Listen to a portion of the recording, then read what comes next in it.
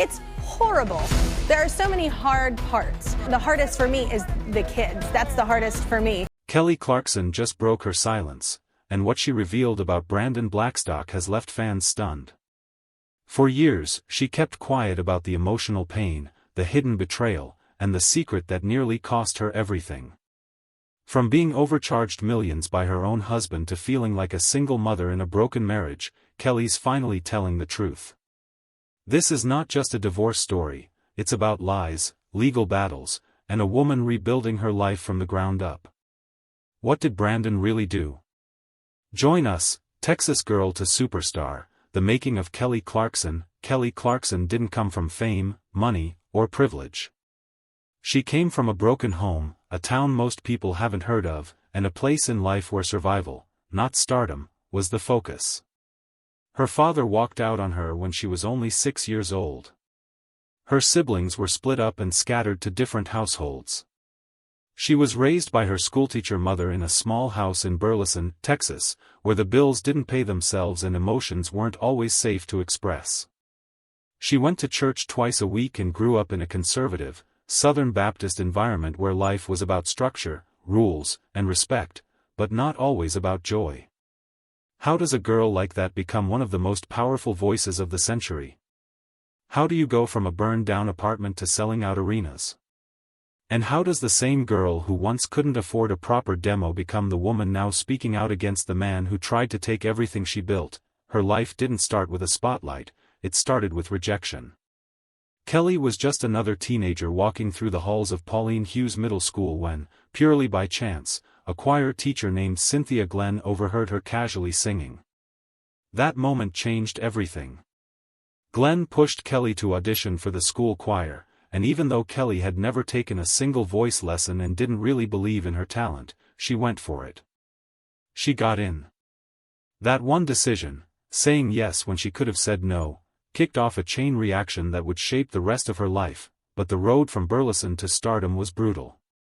After graduating high school in the year 2000, she was offered full scholarships by some of the most respected music schools in the country, including the University of Texas at Austin, the University of North Texas, and even Berklee College of Music. Most people would have taken the deal. Kelly didn't. She chose to skip college entirely, believing that real-world experience would teach her more than any classroom. Instead, she started working odd jobs, telemarketing, waitressing at a comedy club, handing out Red Bull samples at events, just so she could afford studio time to record a demo. That demo was the first big punch in the face. It didn't land her any record deals. She got rejection after rejection, with executives telling her she was too soulful, too emotional, or not marketable enough. Determined not to give up, she moved to Los Angeles in the year 2001 to try again, but things got worse. Not only was she turned away by every major label, but her apartment caught fire and she was left homeless. With nowhere to go and nothing left to try, she returned to Burleson, defeated.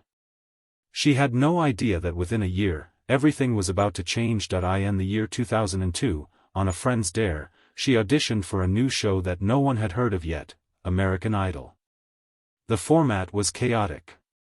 The production was confusing. Contestants were left to figure out things like wardrobe and styling with no help. At one point, they were even dropped off at a mall and told to find something TV-worthy to wear. But none of that mattered. The moment she opened her mouth to sing, everything changed.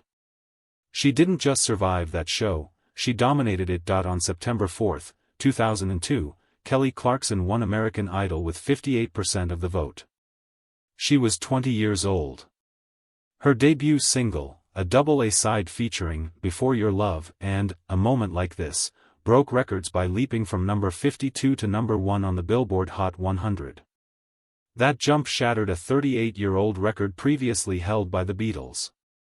It also marked the beginning of a new kind of star, one built not in boardrooms or studios, but in front of millions of live television viewers. She didn't look like a pop star.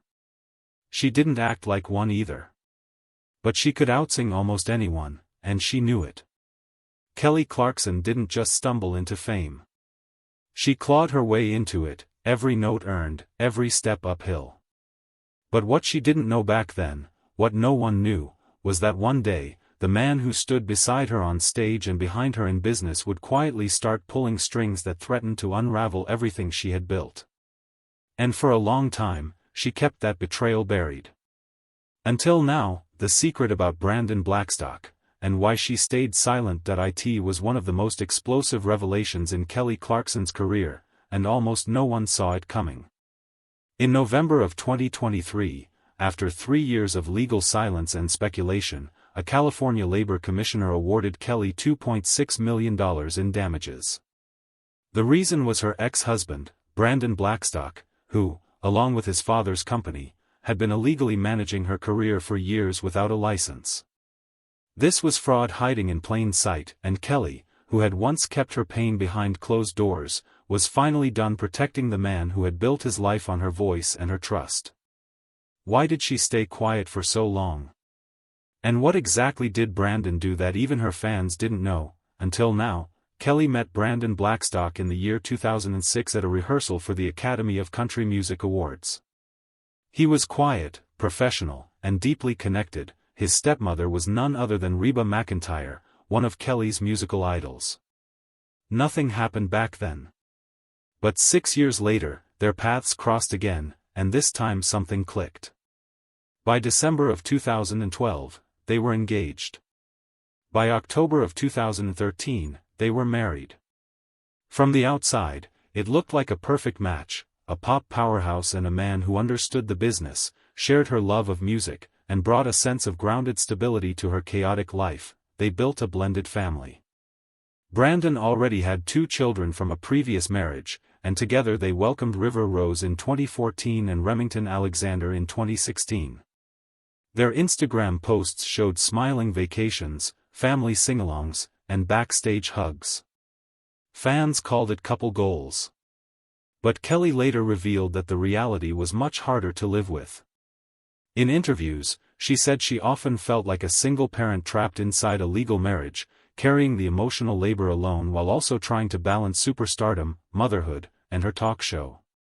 The emotional loneliness was so intense it eventually became unbearable. But even then, she said nothing. Not to the public. Not to the press. She just kept going. The first major crack appeared in June of 2020, when Kelly filed for divorce, citing irreconcilable differences. But that was just the surface. What followed was a quiet, methodical uncovering of what had been going on behind the scenes.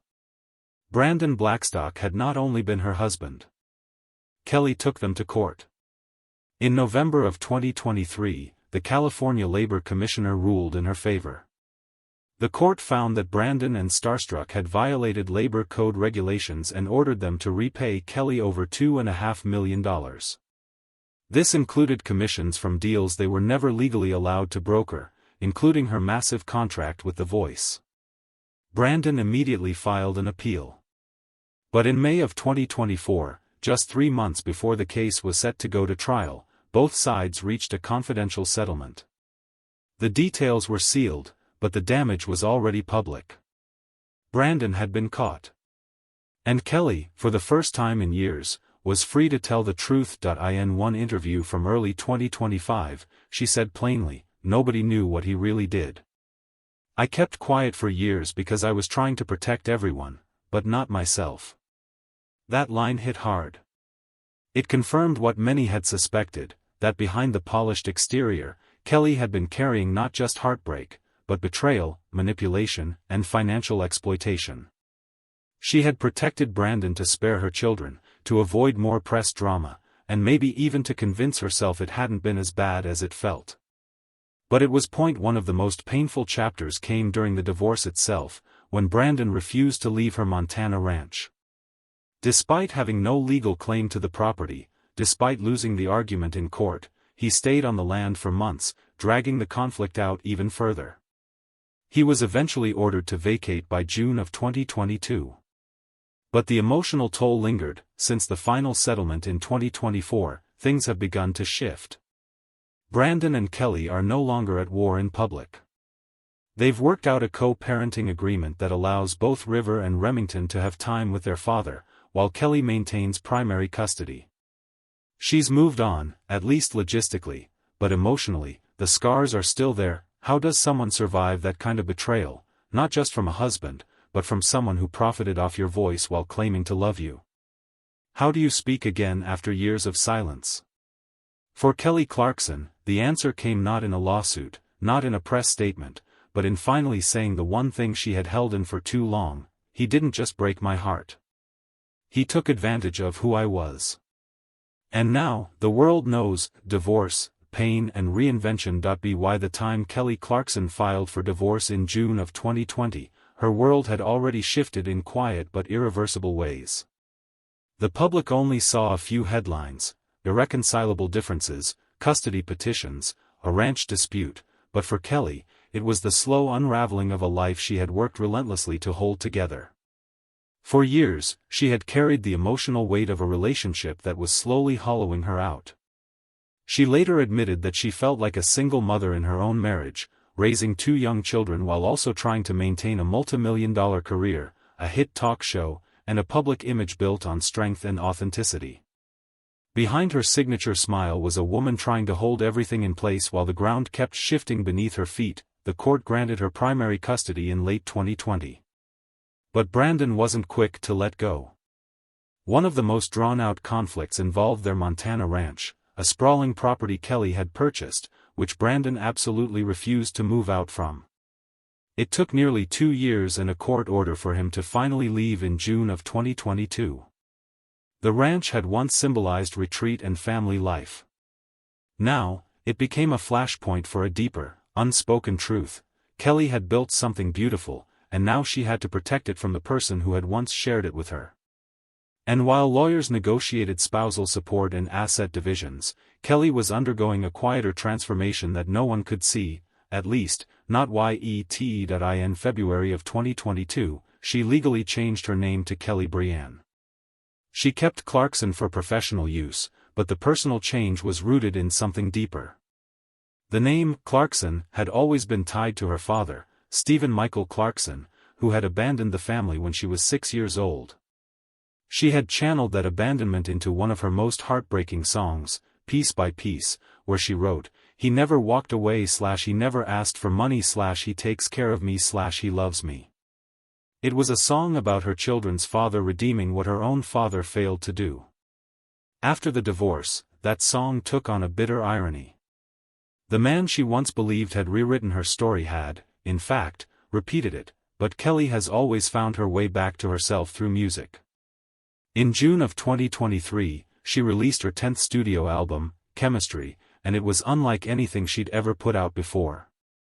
Raw, experimental, and emotionally charged, the album dealt with grief, rage, regret, and the fragile hope of healing. Critics praised it as her most honest and mature work, applauding the way she explored the complexity of emotions without sugarcoating the pain. Fans connected deeply with tracks like Mine and Red Flag Collector, where her lyrics cut through years of silence. That same year, in a cheeky visual promo for her holiday album, Kelly hung 4 stockings by the fireplace, one for herself, one for each of her 2 children, and a 4th labeled simply Nope. It was a light-hearted but unmistakably pointed jab at her ex, and fans loved it. In interviews, she began to speak more openly about her struggles with anxiety, therapy, and the pressure of managing public life while raising 2 young kids. She credited her children with keeping her grounded and said that learning how to show up for them every day was what kept her moving forward. By early 2025, it was clear Kelly wasn't just rebuilding emotionally, she was reinventing everything. After parting ways with Atlantic Records, she made one of the boldest moves of her career. She launched her own independent label, finally taking full control of her creative output. In May of 2025, she released her first indie single, Where Have You Been?, a song she wrote and produced herself. The track was a quiet declaration of independence, both artistically and personally. That summer, she returned to the stage with a new Las Vegas residency titled Kelly Clarkson Studio Sessions, a stripped-back, intimate run of shows set to run from July through November. Meanwhile, The Kelly Clarkson Show entered its 6th season with strong ratings and a loyal audience that connected with her candor and warmth. She also became a behind-the-scenes mentor for up-and-coming artists, many of whom cited her as the reason they entered music in the first place. Industry